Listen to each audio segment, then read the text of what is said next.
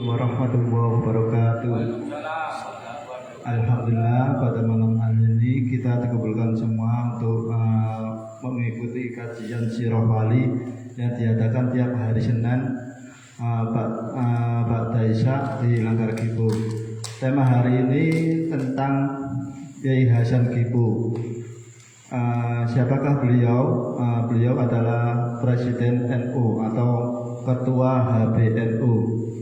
Beliau putra daripada Abdullah bin Tarmizi bin Syakifuddin. Di antara saudara-saudara beliau itu ada yang namanya Hasan Gipo anak pertama, lalu Abdurrahman, Ahmad, Maryam, Muhammad, Hindun dan Husin. Jadi beliau mempunyai ada 8 saudara. Di antara anak-anaknya Mbah Hasan Gipo itu ada 3, 1 Ahmad, 2 Muhammad, 3 Halimah. Yang terdata di keluarga hanya Halimah ini yang mempunyai keturunan. Jadi yang Ahmad sama Muhammad ini belum masuk data. Kalau menurut penulisan saya itu ada yang di Wonosobo, di Wonogiri dan di Lampung. Untuk Halimah ini punya keturunan namanya Siti Masyitoh, Rohaya sama Sofian. Yang Sofian ini tinggalnya di Tandes. Kalau yang Siti Masyitoh insya Allah di Gresik. Di Gresik tepatnya perumahan apa saya lupa, cuma tahu wilayahnya. Jadi anaknya Mbah Hasan Gipo ada 3. Di Wikimedia itu dicatat, cuma belum rujukan untuk mencari datanya, itu memang belum ada yang datang ke keluarga Gipo. Jadi sehingga sangat minim sekali tentang siapakah beliau dan putra-putrinya itu siapa, memang minim sekali. Hanya sirahnya mungkin nanti akan disampaikan oleh Mas Asrul atau Mas Baka. Monggo silakan, mungkin dari perwakilan NU mau ada sepatah kata untuk mengucapkan pembukaan. Terima kasih. Monggo silakan ya Tuan. Mari sejenak sebelum kita mulai, kita hadiahkan Fatihah kepada baginda Rasulullah sallallahu alaihi wasallam wa jami'a awliya illahi fid din wa ulama salihin wal qur'a wa lisin, khususan ila sultan awliya Syekhina Syekh Abdul Qadir Jilani radhiyallahu wa jami'il muassis jami'a nahdlatul ulama kulluhum wa jami'a abaina wa ummahatina wa jaddatina wa masyayikhina wa muallimina wa dawil huquqi alaina wa liman ajra fi hada ahlil qubur minal muslimin muslimat wal mu'minin wal المشارق الأرض إلى مغربها ومن يمينها إلى شمالها ومن قاف إلى قاف من لدن آدم إلى يوم القيامة شيء لله لنا ولهم الفاتحة. أعوذ بالله من الشيطان الرجيم. بسم الله الرحمن الرحيم. الحمد لله رب العالمين الرحمن الرحيم مالك يوم الدين إياك نعبد وإياك نستعين اهدنا الصراط المستقيم صراط الذين أنعمت عليهم غير المغضوب عليهم ولا الضالين. Rabbi ghfirli wa liwalidayya wa lil mu'minin.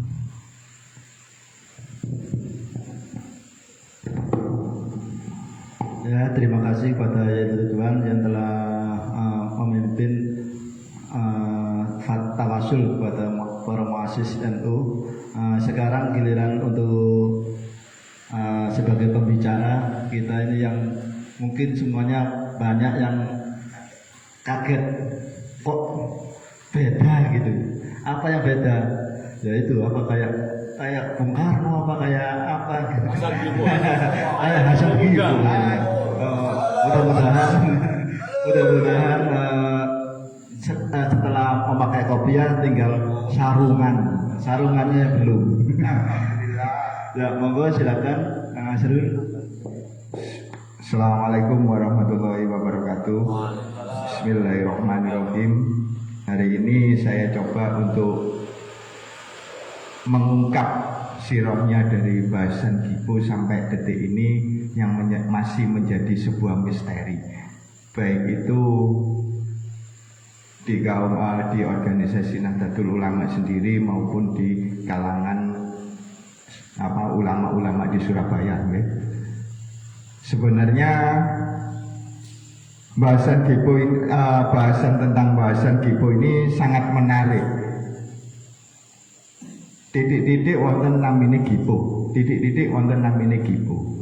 Siapakah sebenarnya bahasan Gipo atau dari keluarga Gipo ini sendiri? Jadi sudah saya ungkapkan pada waktu lalu itu tentang siapa sebenarnya keluarga Gipo. Orang bisa berbicara, orang bisa bilang bahwasanya keluarga Gipo ini adalah keluarga pedagang, bukan hanya pedagang kalau menurut saya, seperti ini. Terus memang ada pergerakan-pergerakan yang dilakukan oleh keluarga Gipo ini yang bertujuan untuk yang pertama itu untuk dakwah syiar Islam melalui perdagangan maupun pendidikan secara keislaman. Ini dibuktikan dengan adanya beberapa sekolah rakyat ataupun beberapa dari sekolah-sekolah itu yang menjadi cikal bakal ma'arif dan sekolah-sekolah Muhammadiyah. Itu yang terjadi di Surabaya. Jadi saya awali bahwa bahasan ini terlahir di keluarga alim ulama sekaligus pedagang besar di Surabaya. Jadi tidak heran kalau bahasan Gipo ini adalah seorang saudagar kaya yang kemudian pada perjalanan hidup beliau ini beliau didawuh atau ditampuk sebagai seorang ketua Tanfidiyah Nahdlatul Ulama yang berdiri 1926. Tapi tidak hanya itu perjalanan bahasan Gipo, tidak hanya berhenti di Nahdlatul Ulama. Jadi beliau ini merupakan keturunan dari, kalau bisa dibilang cicit dari Mbah Abdul Latif atau Mbah Sakofuddin atau Sakifuddin atau klan Gipo. Memang keluarga Gipo ini terkenal dengan kekayaannya, tapi kekayaannya bukan untuk keluarganya. Ya hanya sebagian memang untuk keluarga, tapi lebih dititik beratkan pada syiar dakwah Islam. Niku karena memang tinggalan sanad-sanadnya mengikuti sanadnya Mbah Raden Rohmat, Raden Qasim maupun Raden Paku. Ini yang ada di wilayah Jawa Timur. Jadi memang bahasan ini punya bapak namanya Abdullah. Insya Allah nanti ibunya bahasan akan kita teliti lebih lanjut, sehingga genetika yang dari bahasan ini menghasilkan seorang Hasan Gipo yang sangat-sangat mumpuni, atau bisa dibilang hari ini ataupun beberapa bulan ini nama Hasan Gipo ini sangat populer di kalangan Nahdlatul Ulama, baik di PBNU di wilayah Jawa Timur maupun Surabaya, begitupun juga di wilayah generasi mudanya NU ataupun underbo dari Nahdlatul Ulama sendiri seperti IPPNU, ISNU maupun Ikatan Pengusaha pengusaha Nahdlatul Ulama ataupun Ansor. Itu semua memang sekarang mencari siapa sosok bahasan Gipo. Insya Allah ketika menemukan sosok bahasan Gipo ini bisa menjadi sebuah inspirasi untuk mengembalikan kembali NU pada kitohnya pada awal pendiriannya itu bertujuan seperti apa. Jadi bahasan ini punya bapak bernama Abdullah, Mbak Abdullah ini punya bapak bernama Tarmidi, Mbak Tarmidi ini punya bapak namanya Abdul Latif ini punya bapak namanya Kamaluddin Al-Faqih kalau tertulis di kitabnya Buyut itu, dan beliau anak dari Pangeran Khodir sebenarnya. pangeran dari Sumenep. Nah ini masih dicari, ini Muhammad Khotib yang mana. Nah soalnya ten Sumenep niku ada 4 Muhammad Khotib. Muhammad Khotib, ini Khotib yang mana? Jadi memang keluarga Gipo ini bisa dikatakan tidak mau menjamah yang namanya kekuasaan sebenarnya, tapi lebih pada kemaslahatan umat lewat perdagangan. Nah ini saya beberapa juga bertanya pada bapak saya sebenarnya, peran Mbah Hasan Gipo sebelum beliaunya didawuh sebagai Tanfidia, ketua Tanfidia NU itu, beliau juga bersama saudara-saudaranya, baik itu dari Bani Al-Gipo atau dari Bani Al-Mansur maupun Bani Al-Basyiban. Nah, ini ada keterkaitan antara Basyiban, Al-Mansur dan Al-Gipo sendiri.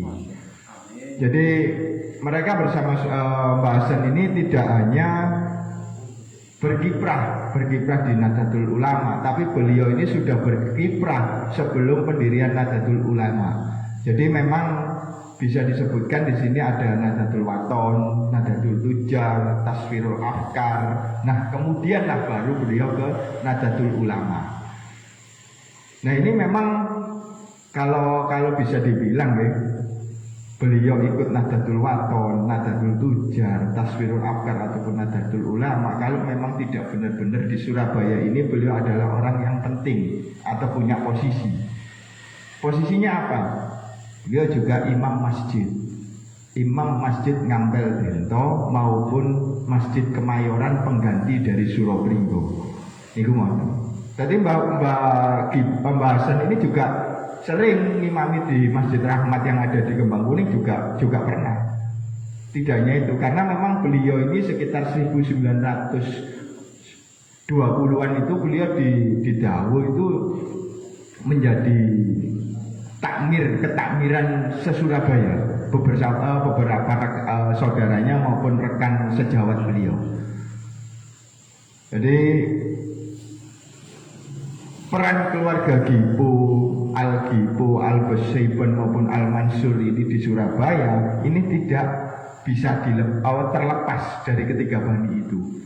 Jadi memang pergerakan-pergerakan itu semuanya awalnya dari mereka ini melakukan dakwah dan syiar sesuai dengan apa yang didhawuhkan Raden Rohmat sebagai orang yang pertama kali membangun peradaban Islam yang ada di Surabaya. Setelah beliaunya Raden Rohmat setelah kembali dari Daha, dari Majapahit. Jadi memang sampai detik ini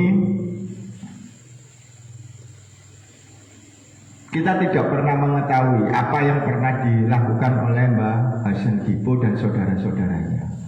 Mbah Hasan Gipo ini pernah membuat sekolah rakyat yang berbasis keislaman. Jadi ini adalah cikal bakalnya madrasah. Ini kan madrasah mboten-wonten nggih. Nah, sekolah rakyat yang berbasis keislaman ini pemaduan antara yang formal dengan yang non formal. Non formalnya itu, jadi non formalnya ini ada di pondok pesantren. Itu kan karena memang formalitas dari sekolah itu mengeluarkan legalitas ataupun ijazah. Nah ini coba digagas oleh Mbah Hasan Gipo waktu itu. Digagas dengan beberapa saudaranya, juga termasuk Mbah Dahlan Afia, Kiai Basuni, Mahab Kasbulo, itu juga banyak. Ketika pertemuan Mbah Hasan Gipo dengan beberapa alumni dari Huscokro Aminoto, alumni itu, cuman yang lebih condong ke arah condongnya ini ke perjuangan Mbah Hasan Gipo ini ada pada sisi religi atau agama. Jadi memang ada sesuatu yang ditentang oleh keluarga-keluarga dari Surabaya sendiri, itu tentang apa yang disampaikan Bung Karno tentang perpaduan tentang nasakom, nasionalis agama komunis. Memang kalau ini kita tidak bahas komunis ya, itu adalah sebuah masa lalu. Tapi sekolah rakyat yang berbasis keislaman ini yang sekarang akhirnya menjadi sebuah madrasah ataupun sekolah-sekolah yang memang formal yang katakan ini ma'arif atau sekolah Wahid Asim, itu memang cikal bakalnya dari Surabaya, dari Mbah Hasan Kipo dan saudara-saudaranya dan beberapa pendiri-pendiri dari Taswirul Akbar dan juga dari Haji Umar Said Cokro Aminoto. Nah itu memang menginspirasikan itu. Kalau Mbak Bos Cokro Aminoto dulu itu mendirikan Sarekat Islam atau Sarekat Dagang Islam, nah ini yang sebenarnya harus dikaji. Di situ sebenarnya ada perannya Mbak Hasan Kipo dan saudara-saudaranya, karena memang perdagangan waktu itu dikuasai oleh klan Kipo, Kipoisme. Jadi memang kalau Bos Cokro Aminoto, Haji Umar Said Cokro Aminoto itu memang orang berada waktu itu. Tapi alangkah lebih kuatnya ketika beliau ini bergandeng tangan atau bergabung membuat Sarekat Dagang Islam atau Persatuan Dagang para pedagang-pedagang Islam waktu itu. Nah ini yang memang terlupakan. Saya yakin dalam pendirian Sarekat Dagang Islam itu hanya tertera namanya Haji Umar Said Cokro Aminoto. Tapi sebenarnya ada peran dari Ngampel Dento atau Sawahan. Di situ ada keluarga Kipo. Ya kan ngomongnya tentu sampai sama ten baku loh, insya Allah seperti itu. Karena memang perdagangan waktu itu dikuasai oleh klannya Kipo. Klan-klan Kipo. Masjid-masjid itu banyak disumbang dari ya kula mboten ure-ure napa niku nimbang mboten, cuman ini akan menjadi sebuah inspirasi kita ketika ada masjid yang ada di hadapan kita, wong baik lu ora ro masjid nanti wis yang penting disumbang wis ngoten niku. Nah ini akan menjadi inspirasi bagi anak cucu mereka, baik itu dari Al-Basaiban, Al-Kipo maupun Al-Mansur sendiri. Nah, jadi memang sekolah rakyat yang berbasis keislaman ini yang saya masih teliti. Yang bagaimana? Oh ternyata ini adalah cikal bakalnya madrasah. Madrasah SD niku ibtidaiyah. MI. Okay. Nah ini asal mulanya ini dari memang dari pola pikirnya Mbah Hasan Kipo supaya tingkat pendidikan yang ada di Surabaya ini tidak hanya dari sisi yang dikembangkan oleh waktu itu VOC atau Belanda, pemerintah Hindia Belanda, ya, mempelajari hal-hal yang memang itu bisa dibilang itu adalah pelajaran Barat, ya. Tapi lebih dititik beratkan pada keislaman. Jadi membentuk anak-anak yang di bawah balik atau usia balik itu membentuk pribadinya itu dalam nuansa Islam. Niku itu yang pertama. Jadi yang kedua masalah panti asuhan.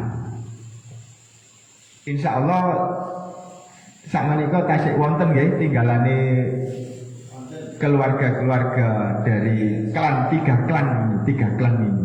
Di situ Mbah Hasan Kipo ada. Nggih ngapunten masalah mangke anak putune, mangke ku anak mbahku kok sampai kok nggih insyaallah panjenengan. Karena memang tidak pernah ada cerita itu.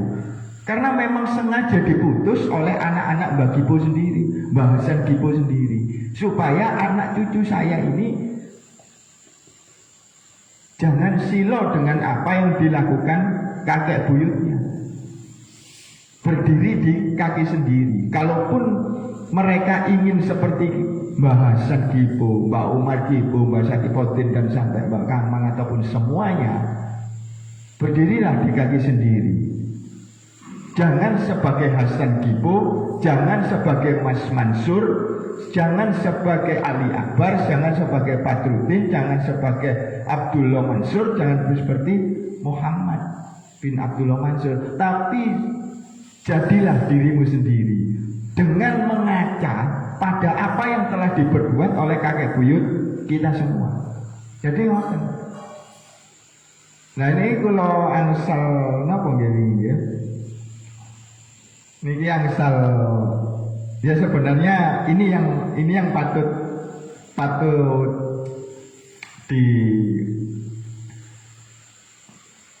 diyakini sampai sekarang ataupun dijadikan sebuah pelajaran oleh anak cucu dari 3 klan ini, termasuk anak cucunya Mbah Hasan, termasuk saya sendiri, termasuk jenengan-jenengan yang ada di sini ya.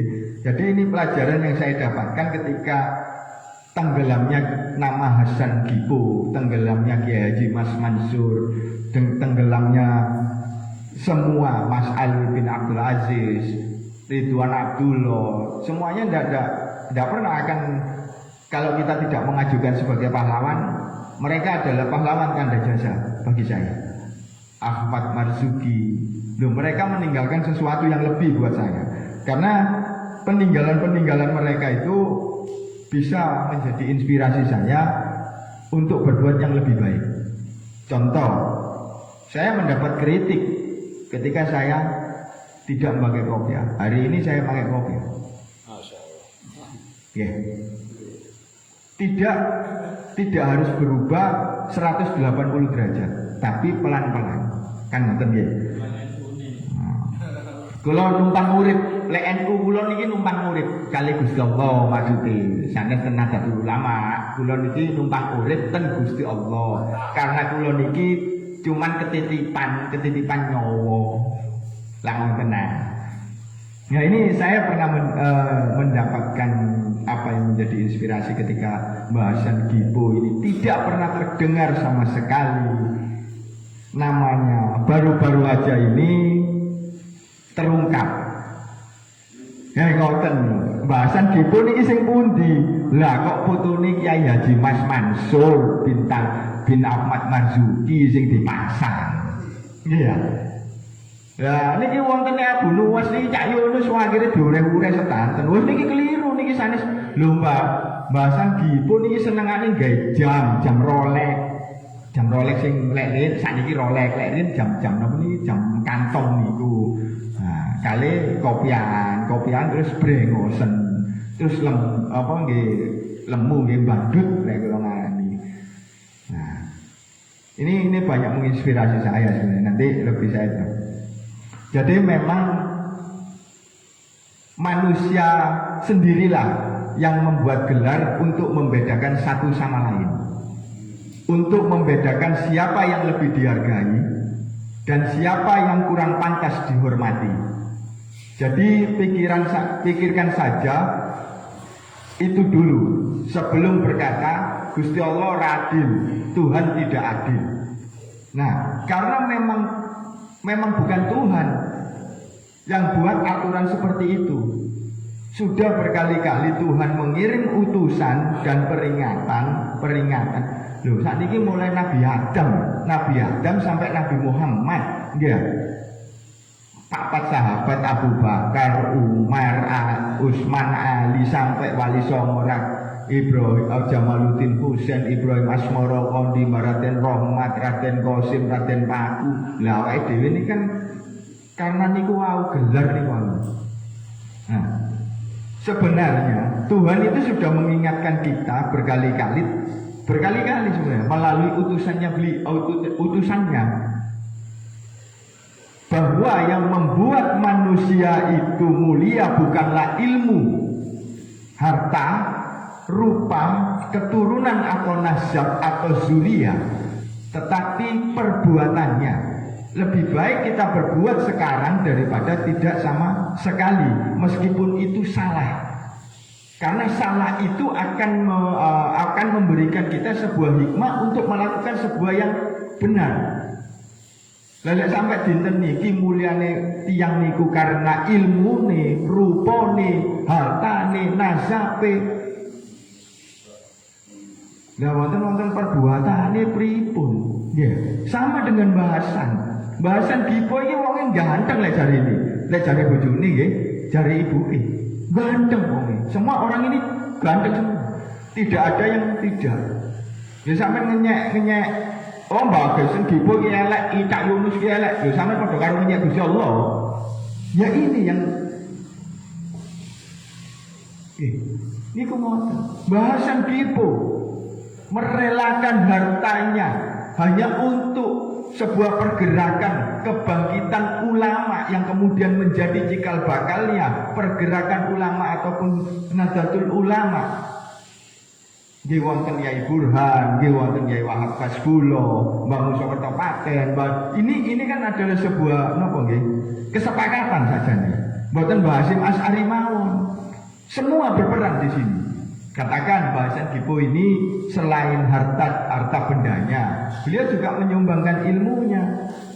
Nah makanya kalau yang namanya ilmu ini tidak bermanfaat bagi umat, harta ini tidak bermanfaat bagi umat, nasab atau silsilah ini tidak untuk kemaslahatan umat, malah didamel napa?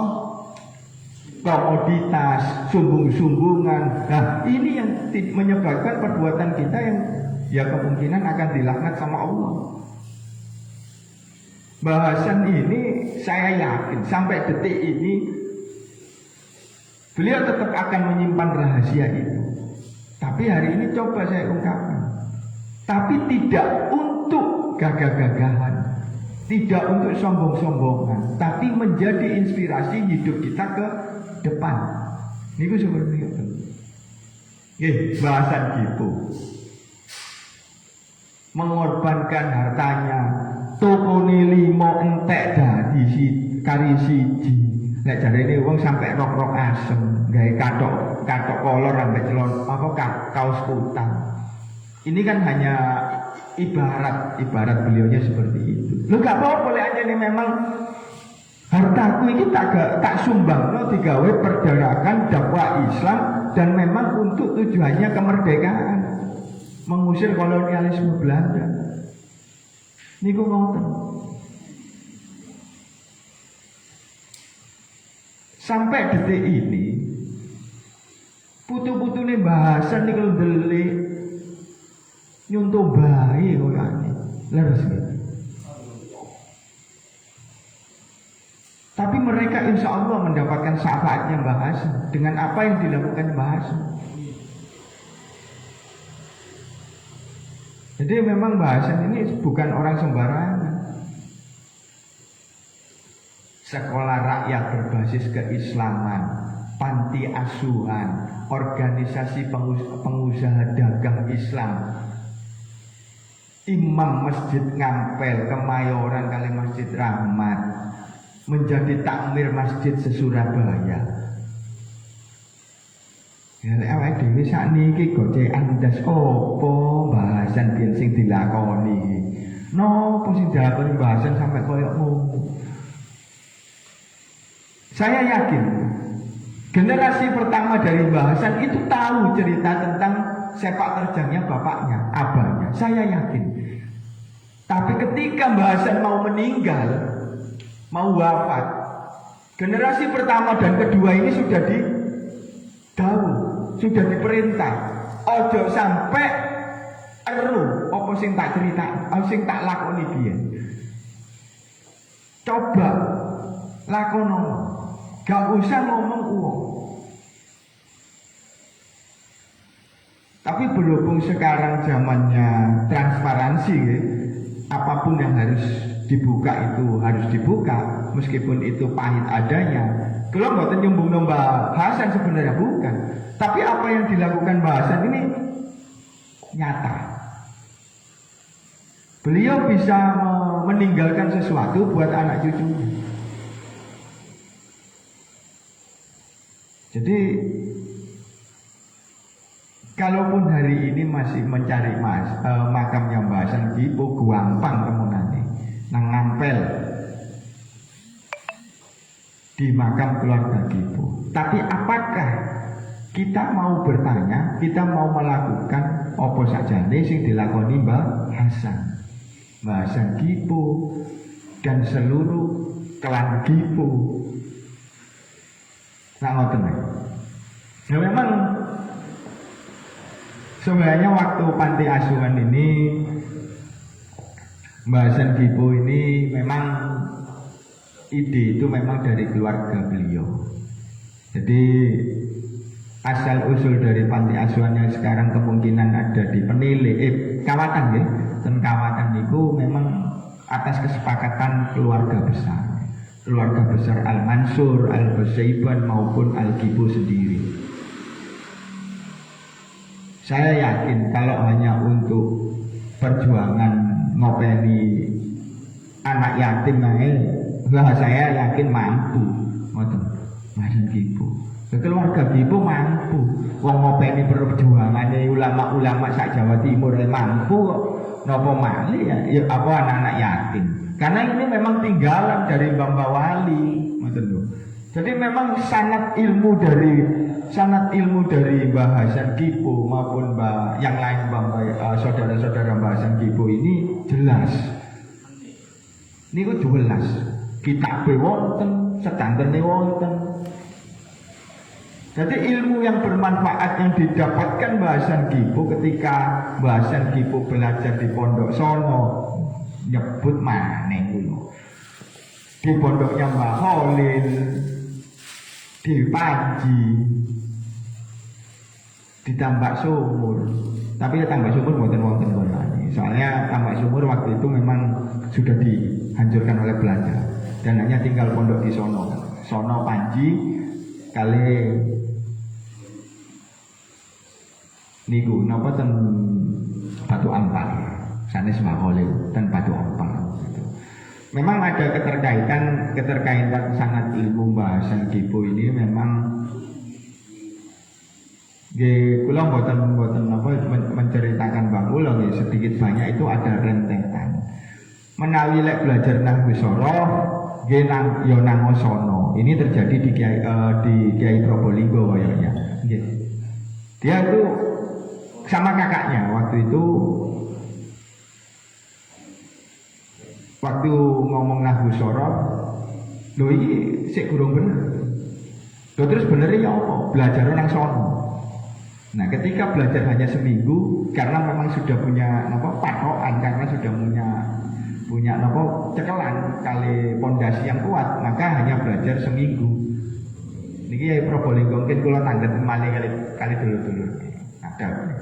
Ini memang Mbah Hasan Gipo, terus Mbah Tarmidi ataupun Mbah Ahmad Marzuki, ketika Mbah Mansur barang ngomong nahwu sorof, sebenarnya nahwu sorofnya itu ada di sono dan di Panji sebenarnya. Nah, tapi kalau dulu itu keturunan dari Gipo, terus Al Mansur maupun Al Basaiban, mondok ini kok mboten ado-ado biasane. Nggih ten dulur-dulure piyambak. Niku ngoten. Jadi memang keilmuan dari Mbah Hasan Gipo ini jelas. Memang jelas. Memang tujuannya Mbah Hasan Gipo ini ketika beliau didawuh menjadi seorang ketua Tanfidiyah NU atau HBNU, presiden, vice president of Stur Nadatul Ulama. Nah, ini memang beliau punya tujuan sebenarnya. Jadi memang mulai 1800-an sampai 1900-an itu kita tahu bagaimana tata caranya Belanda untuk menguasai sebuah negara. Kalau Inggris itu penjajahannya mereka melakukan negara persemakmuran atau memakmurkan negara-negara yang dijajah, baik secara ekonomi maupun pendidikan. Tapi Belanda ini berbeda. Bagaimana mereka itu tidak dilawan atau tidak dimusuhi, sehingga negara tersebut itu dilakukan sebuah pembodohan. Yen riyen ora saged sekolah lek sanes anake den bayi.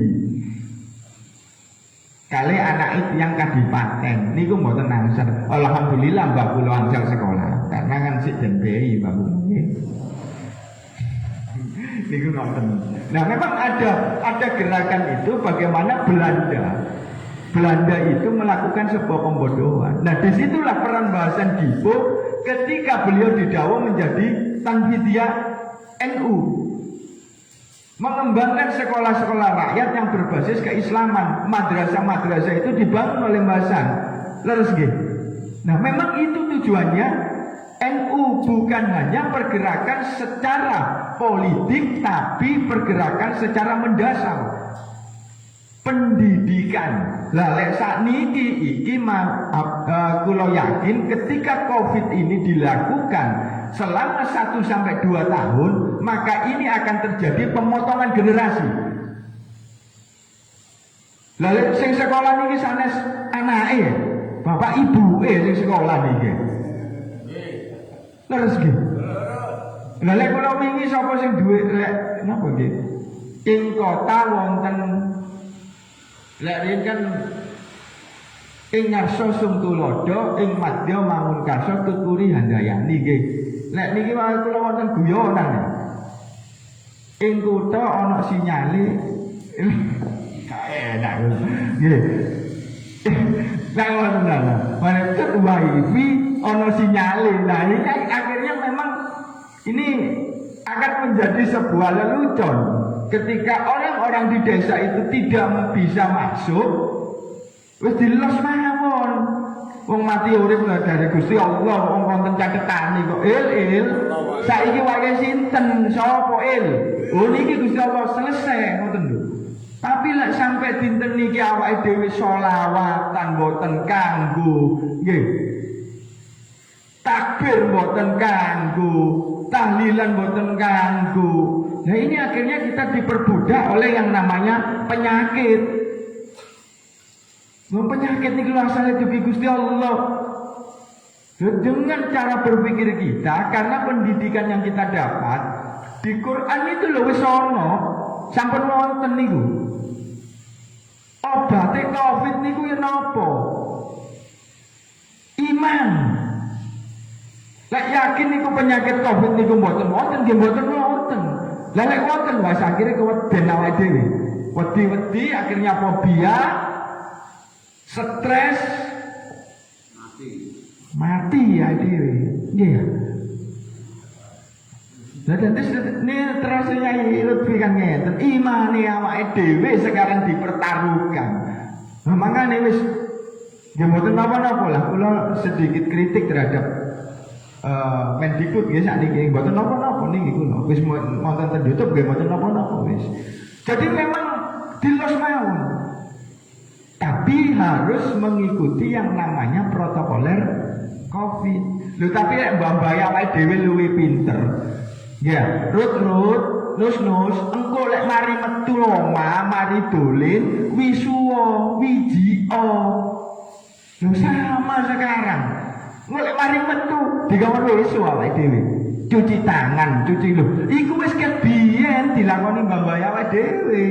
Nggih ya. Wudu, nggih. Sampun dilakoni. Lah kok saiki wedi kali Covid. Nggih Allahul Kafi Rabbunal Kafi. Akhire njaluk napa? Rezeki iman saiki. Niku sing arep rezeki iman sakniki tenan awake dhewe sing dijaluk ten Gusti Allah.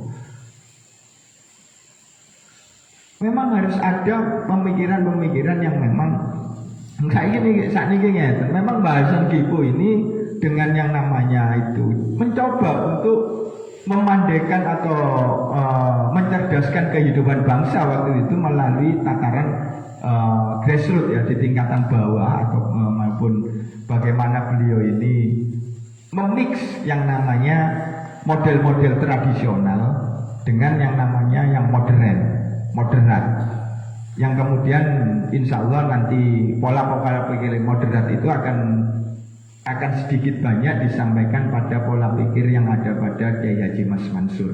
Sebenarnya tidak ada pertentangan antara Mas Alwi bin Abdul Aziz, Mas Mansur bin Ahmad Marzuki, Hasan Dipo bin Abdullah, Wahab terus Kiai Ridwan Abdullah, Kiai Dahlan Ahyar, itu tidak ada sebenarnya. Itu hebatnya orang-orang dulu. Nah, niki wonten kula guyonan sakjane. Ini barusan terjadi sebenarnya. Mungkin kula pun dilaporno NU lho nggih. Nggih. Iki Bapak NU lho sing ngomong iki.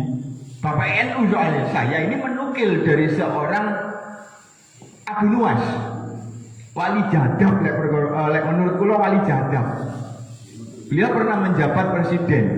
Nggih, ora dadi presiden ora patheken. Presiden iku sapa? Nggih, niki Abdurrahman Wahid sing ngomong niki. Dadi wonten 3 jenis setan.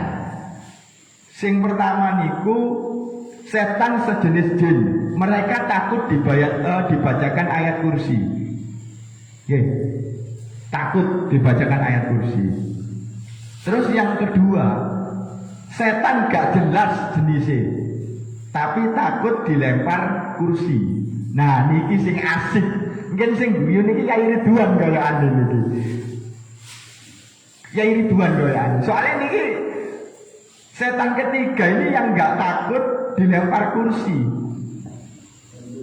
Tapi mereka berebut kursi. Orang wedi diuncali kursi tapi berebut kursi. Leres gaya. Loh.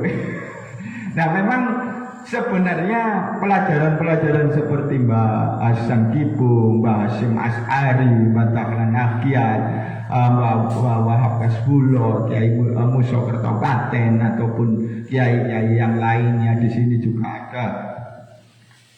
Kiai Burhan, Kiai Soleh Jamil, Kiai Iksan, Kiai Ja'far, Kiai Usman, Kiai Nawawi, Kiai Dahlan, Kiai Mahmud. Ini memang lho sakmene akeh ini lho. Sakmene akeh ini wonten kiai-kiai sedanten, Kiai Haji Muhammad Hasyim Asy'ari Jombang, Kiai Haji Dahlan Akyat Kebon Dalem, Abdul Wahab Hasbulo, Abdul Halim, Mas Ali Abdul Aziz, Ridwan Abdullah, Yai Said, Bisri Samsuri, Abdullah Ubed, Nahrawi, Amin, Maskuri, Asnawi Ridwan, Mas Nawawi Sitogiri, Doro Muntoho, Bangkalan. Loh, ini siap. Yai sak menten iki lho mboten nate kere-keran. Lah sakniki lho mboten tentu yai ini kok tambah kere-keran. Dereng karuan nyai ini tapi wis eker-ekeran. Napa sing dipadosi? Yen iki wau terus Gus Dur batur niki setan sing ora wedi diuncal kursi, diuncali kursi, disawat kursi, dilempar kursi, tapi setan sing rebutan kursi. Nah, niki lho kuwadah lho. Yai-yai sampeyan. Dan ini negara ini sudah dalam kondisi yang memprihatinkan. Karena zaman sakmenten iki wis mboten percaya kali pimpinane. Lah titik-titik dikritik malah mboten diewangi. Lah sakno presiden. Sampai kapanpun siapa yang memimpin Indonesia ini lek awake dhewe mboten ngugemi napa sing terus mbambai awake dhewe yang mendirikan Nahdlatul Ulama ini. Ya akhirnya sampai sok ngeten. Saling melempar masalah, saling menyalahkan. Engko ono kritik titik, ono aksi, ono reaksi. Kapan awake dhewe membangunnya? Akhirnya ngomong iman malih. Sano lho rek mbambahi niki sano mbambahi membangun Nahdlatul Ulama ini tidak sebentar. Tapi kok sekarang Nahdlatul Ulama ataupun organisasi-organisasi keislaman ataupun lho kok malah memang ngomongnya hubul waton minal iman. Lho tapi mantul ngoten wis napa? Saling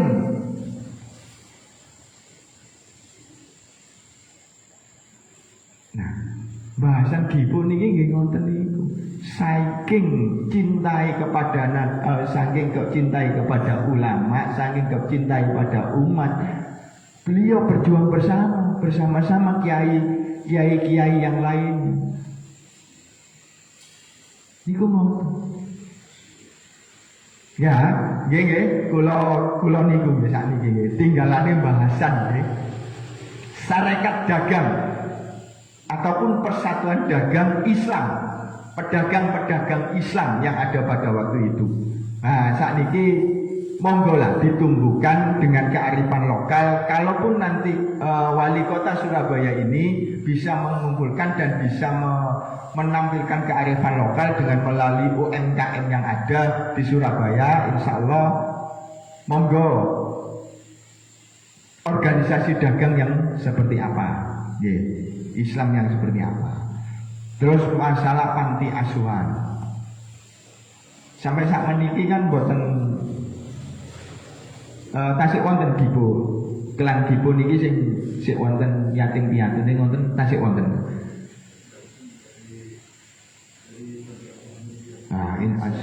Nah, alhamdulillah masih ada dari Mbak Saiku bin Ahmad Saiku bin Abdul Hamid bin Rodo atau bin Ahmad Marzuki. Oke, kasih wonten alhamdulillah. Nah, ini mulai kita gerakkan bersama-sama dengan Yadi Langgar Gibo ini, meskipun ini adalah komunitas kecil, tapi tidak hanya sebatas komunitas kecil, tapi kita bagaimana caranya menyampaikan apa yang baik. Monggo dilakoni sareng-sareng.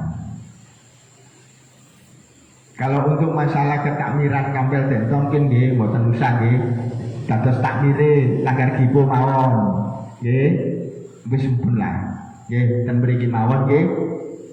Karena kebesaran sebuah nama ataupun kebesaran sebuah langgar ataupun kebesaran sebuah musola ataupun masjid itu bukan karena megahnya. Itu bukan karena megahnya. Sampai dinten niki orang berlomba-lomba membangun masjid supaya bagus. Nggih. Tapi bukan karena itu yang dinilai oleh masyarakat. Direkod kali malaikat Raqib Atid. Dicatat kali Gusti Allah. Mboten niku. Tapi bagaimana caranya kita memberikan sebuah manfaat dengan keberadaan langgar. Meskipun itu hanya sedikit. Titik niku nilainya gede. Gede niku saged nilainya titik. Karena memang Allah itu menilai itu tidak dari kemegahan bangunan, tapi Allah itu akan menilai dari kemegahan ilmu yang bermanfaat, ilmu sing disampaikan ten langgar. Tempat ibadah, tempat rumahnya Allah. Masjid gede magrong-magrong, api koyok karan kahanane istana, tapi mboten wonten manfaate damel ulama, damel masyarakat, damel umat. Ki bermanfaat saja nih, cuman didamel sembahyang. Apakah hanya sholat, hanya ibadah, sembahyang? Nggih mboten, ngaos ngaji, nggih napa kataman, nggih sira. Nah, ini kan wadang saja nih masjid ini. Terus memang itu tinggalan-tinggalan pondasi-pondasi bagaimana kita melakukan pendidikan yang bernuansa Islam itu diawali dari rumah atau dari keluarga. Ya ngapunten sing dari keluarga nggih. Tapi nantinya itu bisa kita tularkan sama keluarga yang lainnya. Nggih. Nah, boten napa-napa. Yang penting sedikit kita bisa melakukan. Sedikit mawon, setitik mawon boten napa-napa. Sing penting ngelakoni daripada awake dhewe nyinyir. Napa nggih? Nyinyir nggih. Nek bahasa napa bahasa medsos iku nyinyir nggih. Nah, luwih apik ngelakoni masih salah. Sing penting kan ngelakoni, mboten nyinyir mawon. Nah itu seharusnya bisa, karena perbuatan itulah yang dinilai oleh Allah.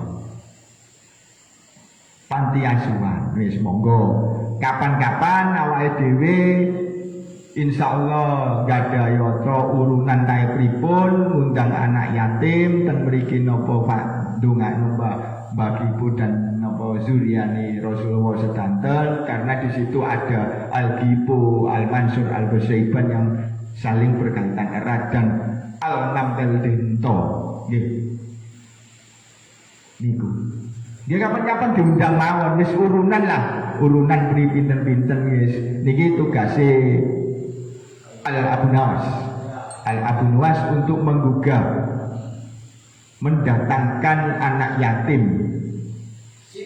Nggih niku nah pengusaha Islam. Nggih. Nah, UMKM melalui program yang dicanangkan oleh Wali Kota Surabaya. Langgar Ghipo niki kewathah sakjane. Sing arepe di napa diuri-uri arepe di program niku kewathah sakjane. Mungkin wonten anak jalanan, wonten anak yatim, wonten patokan kali kuburan, nggih sejarah, wah niki kewathah. Nggih dibagi tugas. Nggih insyaallah nggih kula donga nggih supaya dinten niki Man Kaji Sulaiman, Ami Sulaiman kali Ami Muhibbin saged rawuh ten Langgar Ghipo. Nggih Ami Yusuf pasti dugi. Insyaallah bapak kula nggih kula tekakaken. Nggih, wis dulur-dulur sing tuwa ditekakno nang Langgar Ghipo. Awake dhewe oleh bangga. Aku ketua PW, aku ketua PC, aku ketua oleh bangga. Tapi sampun boten rawuh ten Langgar Ghipo. Durung wae dereng jangkep. Dereng jangkep. Saderenge niki wah menuju satu abad Nahdlatul Ulama kuwabe bareng-bareng nang muazzis. Lah napa mboten riyen-riyen. Setiap ada hari raya NU itu tidak ada dianjurkan untuk ziarah kubur. Ziarah kuburnya terhadap muazzis pendiri NU. Saya yakin mboten. Nah, baru ketika satu abad itu tertata ketika 1, 2, 1 hari, 1 minggu, 1 bulan, 1 tahun, 1 minggu sampai akhirnya menjadi 1 abad. Ini harus tertata. Mungkin mau 1 abad cok mari ngono. Ayo ura-uri sejarah muazzis NU nggih mboten ngoten ya. Mulai detik ini Ami Muhibbin kali Ami Sulaiman kula dawuh, kula donga, kula dawuh cek ero Langgar Ghipo. Nggih. Sampun diawali kali Yai Lutfi Hamdani. Yai Yunus, ya, Yai Ridwan sakniki. Nggih. Nah, jadi memang bahasan Ghipo ini sangat menarik ya, perjalanannya ketika beliau sebelum wafat itu sangat menarik, dan saya anak-anak cucu beliau sampai detik ini masih menyimpan rahasia itu. Alhamdulillah masih memegang teguh amanah dari Mbah Hasan. Cuman hari ini saya sampaikan tentang transparansi beliau bahwa Mbah Hasan Ghipo ini posisinya tidak hanya sebagai ketua tanfis, tapi beliau ini mencoba mewarnai Nahdlatul Ulama. Nah, coba kalau digali apa yang sudah ditumbuhkan Nahdlatul Ulama mulai 26 sampai beliau wafat, pasti kata madrasah itu wis pondok-pondok pasti penguatan secara keislaman, perjuangan di tingkatan tradisional dan grassroots tingkatan bawah. Tapi lek kiai ini sugih riyen, insyaallah sugih. Nggih. Jadi tidak berpikir tentang yang namanya uang, waktu atau apa. Karena memang waktunya dulu itu memang waktu perjuangan. Insyaallah, inspirasi itu monggo. Perjuangan beliau hari ini seperti Mbah Hasan Mbah Dahlan Akhiyat, Mbah Hashim As'ari atau yang lain yang bawa Hasbullah, Ridwan Abdullah. Ayo digali. Sebenarnya ada apa sih dengan mereka? Itu yang harus digali. Harus digali hari ini. Sampai NU detik ini menjadi organisasi Islam atau organisasi kemaslahatan umat terbesar di Indonesia. Bukan hanya di Indonesia saja nih. Banyak anggota-anggota Nahdlatul Ulama itu yang mendirikan di luar negeri. Contoh kemarin di Oklahoma, di Jeddah, niku nggih wonten sedanten. Kuwadah. Nggih lek kula ten Rusia, nggih ten Soviet. Nggih kemungkinan nggih mustahil, disebut mustahil di damel kula. Cuman bagaimana caranya hari ini kita mewarisi sifat-sifat beliau. Mewarisi sifat-sifat beliau. Orang wedi disawat kursi tapi royoan kursi ojo nggih. Tapi itu bukan sifat beliau. Beliau-beliau yang mendirikan. Karena mereka itu selalu menanamkan menanamkan musyawarah untuk mencapai sebuah kemufakatan. Tanpa intrik-intrik politik lah, deal-deal politik lah, kos politik lah, money politik lah, wis pun lah. Kita selesai apa kita sudahi hari ini. Makanya berhubung waktu ini apa sampun dalu nggih kula ngapunten menawi wonten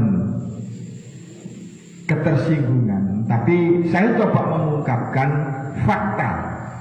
fakta dulu, sejarah masa lampau dengan fakta yang ada di sekarang. Nggih, kula ngapunten sangat. Tapi coba hari ini kita bersama-sama menundukkan kepala. Apa yang salah dalam diri kita? Ojo jaluk beneri, tapi apa yang salah sama hari kita? Apa sama kita hari ini? Apakah kesalahan kita hari ini tidak bisa diperbaiki di kemudian hari? Apakah kesalahan kita ini tidak bisa mengambil hikmah hidup hari ini untuk kedepannya? Ya ngapunten, wallahu muwaffiq ila qomit thoriq. Wassalamualaikum warahmatullahi wabarakatuh. Waalaikumsalam warahmatullahi wabarakatuh. Terima kasih kepada Saudara Asrul. Untuk penutupan mungkin bisa dengan Yai Ridwan untuk memimpin doa.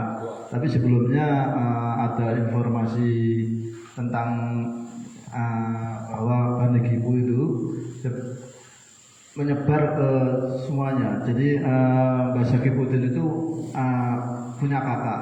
Contohnya Mbah Syariwaru. Mbah Syariwaru itu besanan juga sama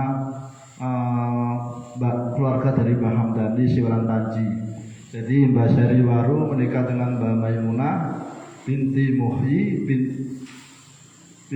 binti Muhyi bin Kamilah binti Hamdani. Jadi perpaduan antara pesantren-pesantren itu saling ada keterkaitannya. Jadi NU besar itu bukan karena satu poros, melainkan dari beberapa poros, baik dari Pondok Sono, Pondok Siwalan Panji dan lain-lainnya. Jadi itu sekilas tambahan. Mungkin untuk penutupan kepada Yai Ridwan, monggo untuk memimpin doa.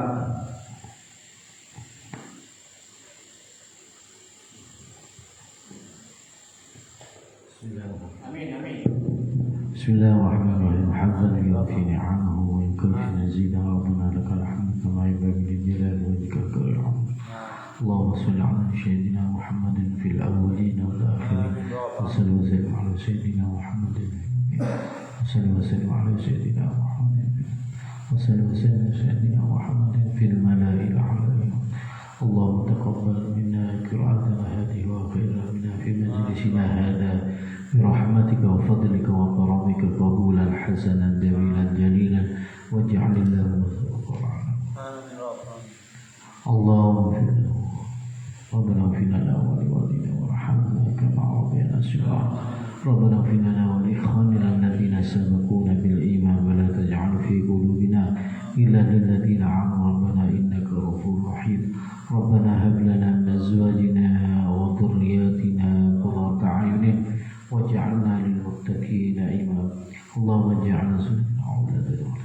من أهل الخير وأهل التقى وأهل العلم وأهل القرآن وأهل الأحلام وأهل العبادة والاستقامة ولا تجعلنا وإياهم من أهل شر والله إنك أنت رب هب لي من مقيم الصلاة ومن ذرية ربنا تقبل وتوب علينا إنك أنت التواب الرحيم ربنا لا تؤاخذنا إن نسينا أو أخطأنا ربنا ولا تحمل علينا إصرا كما حملته على الذين من قبلنا ربنا ولا تحملنا ما لا طاقة لنا به واعف عنا واغفر لنا أنت مولانا فانصرنا على القوم الكافرين ربنا لا تزغ قلوبنا بعد إذ هديتنا وهب لنا من لدنك رحمة إنك أنت الوهاب ربنا أرنا الحق حقا وارزقنا اتباعه وأرنا الباطل باطلا وارزقنا اجتنابه ربنا آتنا في الدنيا حسنة وفي الآخرة حسنة وقنا عذاب النار وصلى الله على سيدنا محمد وعلى آله وصحبه أجمعين سبحان ربك رب العزة عما يصفون وسلام على المرسلين والحمد لله رب العالمين بالسر وبأسرار الفاتحة أعوذ بالله من الشيطان الرجيم بسم الله الرحمن الرحيم الحمد لله رب العالمين الرحمن الرحيم مالك يوم الدين إياك نعبد وإياك نستعين اهدنا الصراط المستقيم صراط الذين أنعمت عليهم غير المغضوب عليهم ولا الضالين السلام عليكم ورحمة الله وبركاته